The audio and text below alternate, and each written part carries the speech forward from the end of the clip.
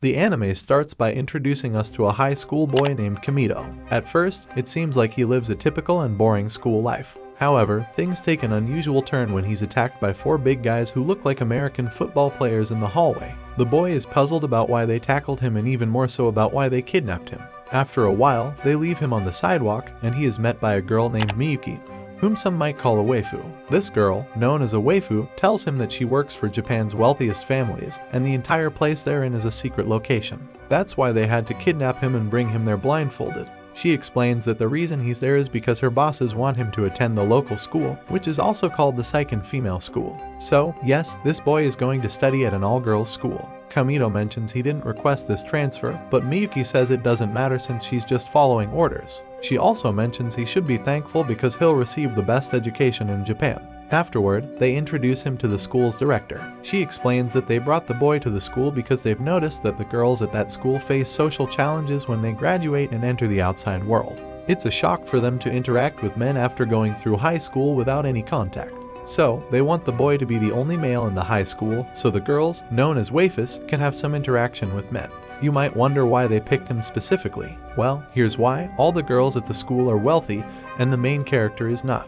He's almost broke. That's one of the reasons they chose him, because he's from a different background and they want the girls to get accustomed to dealing with people like him. Most of the people on the street are similar to him, but that's not the only reason. Miyuki, who is responsible for recruiting the main character, says the primary reason she chose him over other boys is because she thought he was attracted to other boys. She believed this would eliminate the risk of pregnancy. However, the boy corrects her, saying he's not attracted to men. In response, Miyuki warns him that if he actually likes women, she'll amputate his private parts to ensure no issues with their mission. The main character then pretends to be attracted to men to protect himself. Following this conversation, they take him to the classroom where his classes will begin, and he's warmly received by many girls. They're eager to meet him, partly because he's a boy and partly because he's not wealthy. He's what they call a commoner, someone who's not rich, more like lower middle class. In addition to introducing the main character, they also show them a cell phone, explaining that it's a device commonly used by regular people. Everyone is fascinated by it, treating it like a valuable treasure. Afterward, a girl with yellow hair named Ryuko, who happens to be the class leader, decides to return the phone to the main character. However, she doesn't do it in the casual manner that commoners would. Instead, she places the phone in a gift box before returning it. As she's handing over the box, the boy accidentally touches her hand. This touch causes the yellow-haired girl to suddenly withdraw. In her place, another girl with orange hair appears and urgently asks the main character to kiss her. This might seem rushed, but it's because this girl, named Eika, believes that kissing a commoner will grant any wish, although that's not the reality. The main character, Kamito, corrects her misconception, explaining that her belief is not true. This helps Eika understand, and she stops insisting. Soon after, the rest of the girls arrive, and Eika leaves the scene. Eika doesn't interact with the other girls for an unknown reason. After a while, they take the boy to show him the room where he'll sleep. They've set it up to resemble his old room, even with some posters he tears down to pretend he's not interested in women. Instead, they give him a magazine featuring muscular guys. Miyuki informs the boy that she'll be his personal maid, as everyone in the school has one to take care of their needs. When Miyuki leaves, Eika enters to continue talking with the protagonist. It's revealed that Eika's wish when she tried to kiss him was to become popular. The protagonist advises her that she doesn't need a miracle for that. She should start by socializing more and not running away from her classmates. Even though her intentions are not to be disliked, her actions have that effect. She genuinely wants to be popular and have many friends. As a sign of his friendship, the protagonist gives her a video game to cheer her up. Seeing the protagonist's social skills, Eika expresses her desire for him to teach her everything she needs to know to be like a commoner. So, she decides to start a club with the protagonist, and it's called the Commoners Club. It's just the two of them, but that still counts as a club. The main point is that the protagonist promised to teach her how commoners behave so that she can become more sociable and have many friends like him. The following morning, the protagonist wakes up for his first day at school, and he's surprised to find that Miyuki, his assigned maid, woke him up. She explains that it's customary for a maid to wake up their assigned person. After a while, she guides him out through the back door as he's like a celebrity, and they want to avoid drawing too much attention. However, they run into the orange-haired waifu, Eika, who keeps a close eye on the protagonist. Eika knows about the back exit because she often uses it to avoid her classmates while going to school. She takes this opportunity to carefully note down everything the protagonist says because she believes it's valuable information for her to learn how to be a commoner. Upon arriving at school, the protagonist is approached by Ryuko, who informs him that she and the rest of the class have prepared a welcome party for him in the auditorium. She invites him to go, and Eika is also invited, but she's separated from the group as usual. However, the party is scheduled for the end of the school day, so first, they have to attend their classes. They start with language classes, then move on to sports. During sports, Eika struggles, while the boy excels. After finishing their classes for the day, the waifus take the protagonist to the auditorium where the welcome party will be held. At the party, Miyuki decides to serve the protagonist a bowl of instant ramen, the kind that you can buy for a few cents in stores. Since it's considered food for commoners, the other waifus are fascinated by it and start to admire it. However, out of curiosity, some of the more shameless waifus each take a small portion of the ramen, ultimately consuming what was meant for the boy. In the anime, they don't explicitly state it, but the inconsiderate ones left the protagonist without any food. The only one who didn't end up without food was Eika, as she saved a significant amount of it and ate it secretly on her own. During the party, the time for dancing arrived, but the main character confessed to Ryuko that he didn't know how to dance to elegant songs. Instead, he suggested playing a Bad Bunny song, implying that they could dance with more intensity. While he may not have directly said this, he did express his unfamiliarity with elegant dancing. In response, Ryuko offered to teach him. During their lesson, they practiced some dance steps, ultimately culminating in a spectacular performance. This marked the end of the party. Later on, we find the protagonist in his room, teaching Eika how to be a commoner. He starts by showing her how to read manga, but instead of making her more like a commoner, it turns her into an otaku. Eika, being quite innocent, believes that what she reads in the manga is inspired by real events. So, she begins to consider trying to stop time like the manga character did.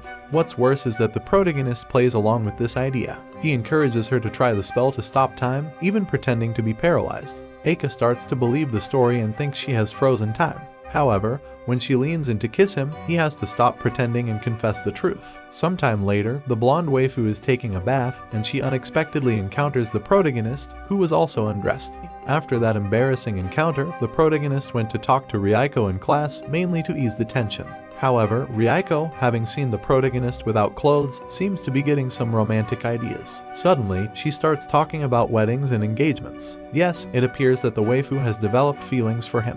At a later time, we move on to another day, and once again, the protagonist is woken up by Miyuki. She informs him that essentially, his family has not reported his disappearance because they accepted the school's deal, which involved receiving renovations to their home.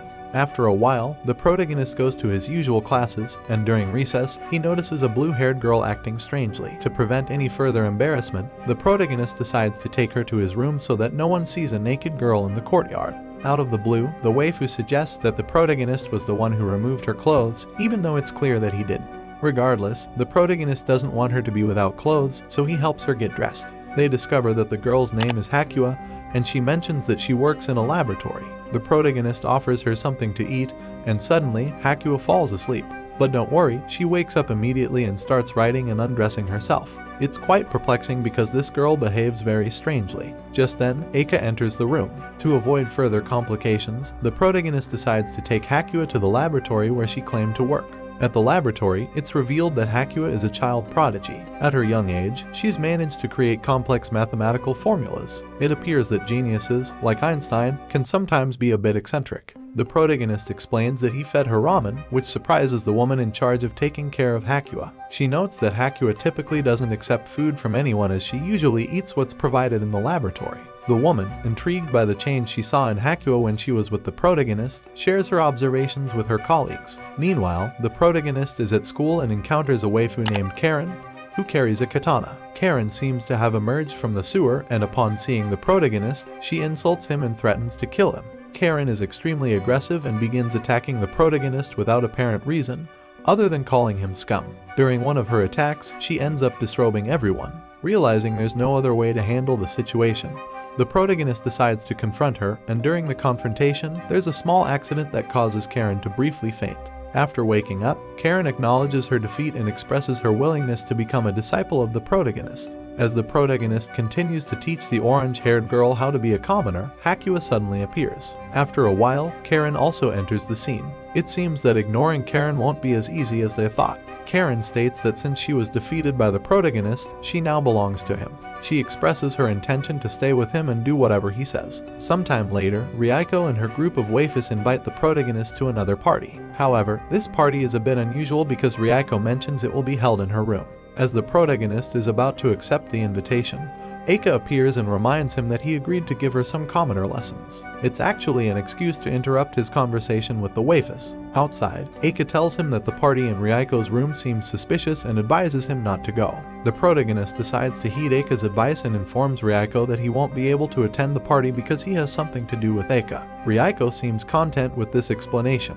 However, at the party, Ryaiko shares with her classmates her conviction that Eika is seeking advice from the protagonist on how to be a commoner. Ryaiko reveals that last time Eika went to visit the protagonist in his room, she overheard their conversation. She acts as a bit of a spy, unbeknownst to them. One of her friends suggests that the reason the protagonist and Eika lock themselves in their room is because they might have become a couple. This idea distresses Ryaiko, and she screams and insults her friend for even suggesting such a thing.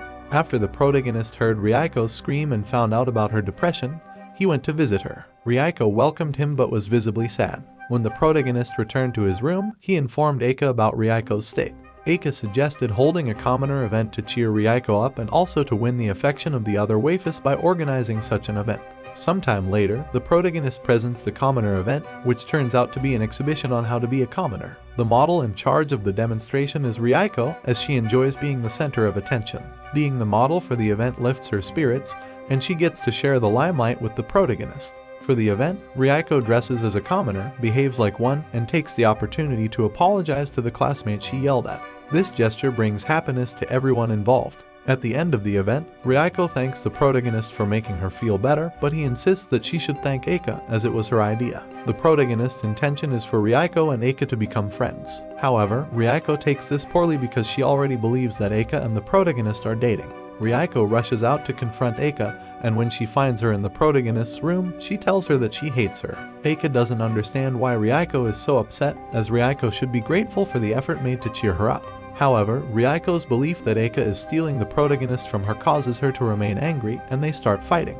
The two waifus end up fighting in front of the protagonist until he requests them to stop, prompting them to throw a pillow at his head. Fortunately, this action manages to bring an end to their quarrel. After some time, Ryaiko leaves, leaving the orange-haired waifu in the protagonist's bed. During this period, Karen and Hakuo arrive to submit applications to join the Commoners Club. Ryaiko also arrives at this moment to deliver her application. So, the club that initially started with just 2 people now has 5 members. Eika protests, stating that she won't allow Ryaiko to join the club because they have a history of not getting along. However, the protagonist suggests that by allowing Ryaiko into the club, they might have a chance to improve their relationship and possibly even become friends. Although they don't seem to agree at the moment, the next day, the protagonist wakes up and notices that Hakuo is sleeping next to him, which is quite unusual because he had taken her to the laboratory the previous night. However, as we know, this girl has some peculiar quirks. To address her needs, the protagonist decides to prepare breakfast for both of them. While she helps him initially, it doesn't take long for her to become deeply engrossed in developing formulas, and in the process, she starts to undress. Apparently, taking off her clothes is something she does when she's very focused on thinking. After they've eaten and filled their bellies, they engage in conversation about somewhat dull topics. After a while, Kamito decides to take Hakuo back to the laboratory, even though she wanted to stay and live with him. The protagonist understands that he can't be living with a minor, and it's the responsible thing to do. Meanwhile, Eika and Ryaiko, who are not supposed to get along, are now discussing Hakuo's desire to stay with the main character. The situation has made them realize that the enemy of my enemy is my friend. They are conspiring to take Hakuo away from the protagonist. As for Karen, she's expressing a desire to harm the main character, which is quite concerning. It seems that Karen's aggressive tendencies are still present. Later, they waited for Hakuo in Kamito's room and attempted to annoy her. However, Hakuo didn't pay attention to their efforts. Instead, she started solving equations and eventually fell asleep. Despite their initial plan to push her away, they ended up joining her in the protagonist's bed, where they could relax and rest. The woman who takes care of Hakuo later went looking for her, and Hakuo mentioned that even though the protagonist wasn't there, she had fun with her new friends. In the end, despite their attempts to annoy her, the waifus and Hakuo seem to have formed a bond and became friends. Later, the protagonist comes home and starts playing a video game where the waifu on the screen pretends to be his girlfriend. Eika enters and asks him why he is playing the game. The protagonist explains that a friend of his provides the voice for the character in the game, and he finds comfort in that voice. Eika immediately expresses her desire to meet the game character and becomes attached to her. Ryaiko enters and finds the protagonist gone, so she waits for him in the room. During their wait, Eika and Ryuko start analyzing the things in the protagonist's room, beginning with his sleeves. They also explore the contents of his fridge and decide to have some soda. However, since they come from wealthy backgrounds and have never tried street soda before, when they feel the bubbles in their mouths, they spit out the soda, thinking it had expired or was spoiled. As a result, they end up wet and have to change into bathing suits. In their bathing suits, they start to argue and playfully fight when the protagonist returns and sees the awkward scene. Shocked by what he witnesses, he quickly runs away from the room. After some time, the director informs the protagonist that they have organized a trip for the waifus to experience life in a commoner's environment. They board a plane and head to their destination, where they find a whole tourist attraction with typical elements of everyday life for ordinary people. The destination appears to be a replica of a normal city, but there are no real people there. This is because a real city would be too crowded, which could overwhelm the waifus. The goal is to introduce them to things like traffic lights, pedestrian crossings, supermarkets, and restaurants. When they arrive at the restaurant, they are fascinated by the fact that common people have to wait in line to order food. They are also intrigued by the idea of ordering their own food, as they're usually pampered and never have to do such things. Ryuko is the first to attempt ordering, but she struggles to communicate with the server. Her biggest challenge, however, comes when she has to decide what to order from the menu. The protagonist steps in to help her. The rest of the waifus also lack experience in ordering fast food, so they all end up ordering the same combo of hamburgers, fries, and soda. In the game room of the shopping center, the protagonist teaches them how to use the plushies machine to grab plushies. In the dance room, several waifus attempt to imitate the dance moves of Michael Jackson, including Eika. Eika realizes that she can overcome her stage fright as she dances remarkably well. The other waifus are impressed and ask her to teach them more about commoner culture. Since Eika has been receiving private lessons from the protagonist, she seizes her moment of glory to share what she's learned with the others. This allows her to pass on her knowledge about commoner culture and activities. At a clothing store, Karen is caught trying on a blouse, but she doesn't know how to pay for it. The protagonist advises her to go to the checkout, but Karen, misunderstanding, thinks the protagonist is challenging her to a duel. Knowing that Karen is not normal, the protagonist decides to play along. As Karen believes the protagonist is her owner, he takes advantage of the situation to order her to take off her clothes and try on the blouse she wants to buy. Later on, we see that Ryuko and Eika have been paired up to stay in the same room. Eika is busy writing to her new friends and doesn't pay much attention. However, as Ryuko is one of the most popular waifus in school, Eika eventually asks her for advice on how to talk to her friends and become even more popular. Meanwhile, Kamito meets Eika and tells her that since she has successfully made friends, there's no need for her to continue receiving lessons on how to be a commoner. He informs her that he intends to disband the Commoners Club, as Eika could use this time to join other clubs and spend more time with her new friends. Following this, the protagonist goes to the hotel pool, and there he encounters Eika. However, the situation takes an unexpected turn when Eika's friends arrive at the pool. The protagonist has to hide to avoid being seen by them. Unfortunately, he can't hold his breath forever and he eventually faints underwater. Eika rescues him from the water, where he's unconscious and almost lifeless. In this dire situation, Eika has to perform mouth-to-mouth resuscitation to revive him. Just at that moment, her friends reappear and witness Eika giving the protagonist mouth-to-mouth resuscitation.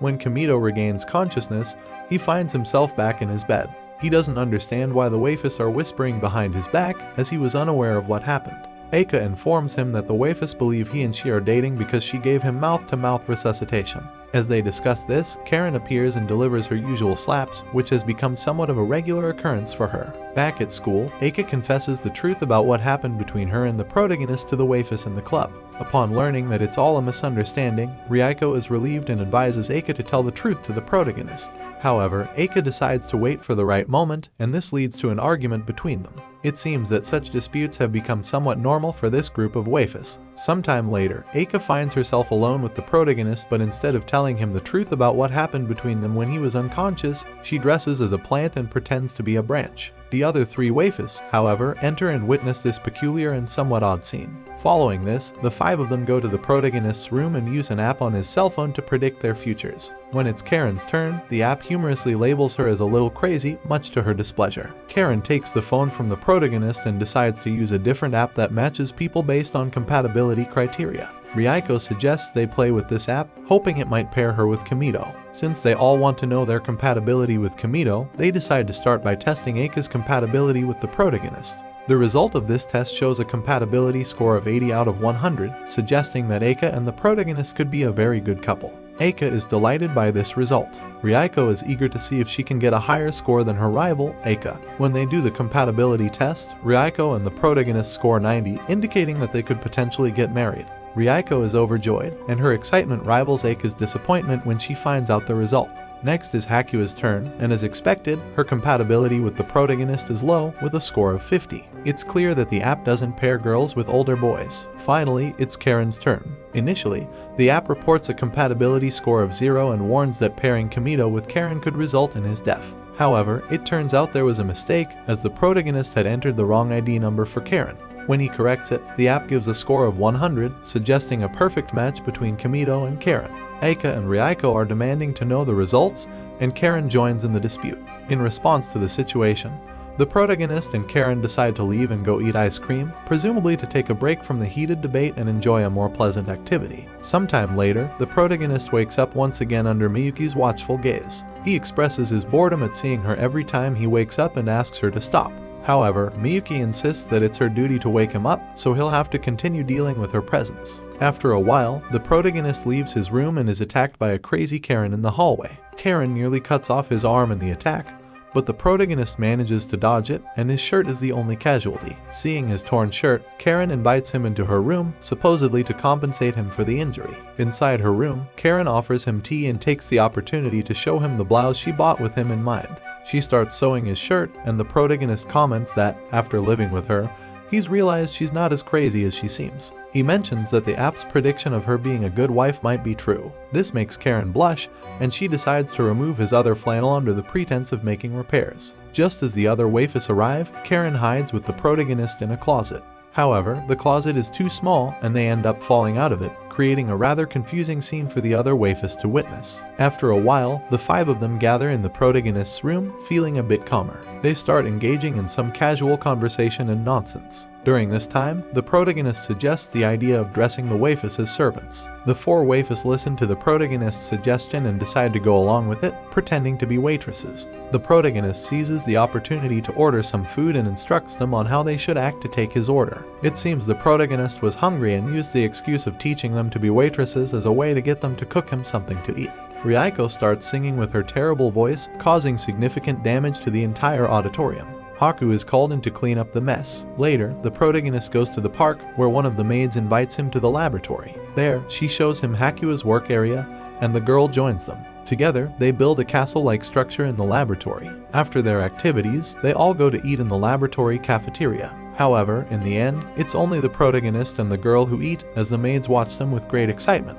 The maids believe that there's something romantic going on between the protagonist and Hakua, even creating imaginary love stories in their heads. They even conspire to make sure the two end up together, and they serve their food with a romantic touch. The arrangement of the glass and straws indicates their playful involvement in this scheme. Miyuki, the boss of the maids, arrives, and everyone gets serious. The main character says goodbye and goes to their room. Later, the main character asks Eika to meet alone. Eika gets embarrassed and asks why. The main character doesn't say why but asks her to sit down and gives her a gift. When she opens it, it's a yellow outfit, and the main character says it will make her really popular in school. The main character shows her a picture of a very popular guy wearing the same yellow suit. The main character tells the girl that if she wears the suit and does the same greeting as he does, she'll become popular right away. This encourages her to put on the suit and start practicing the greeting. The main character notices she's having a hard time, so he teaches her the right way to do it. When he sees that she's gotten the hang of it, he's pleased.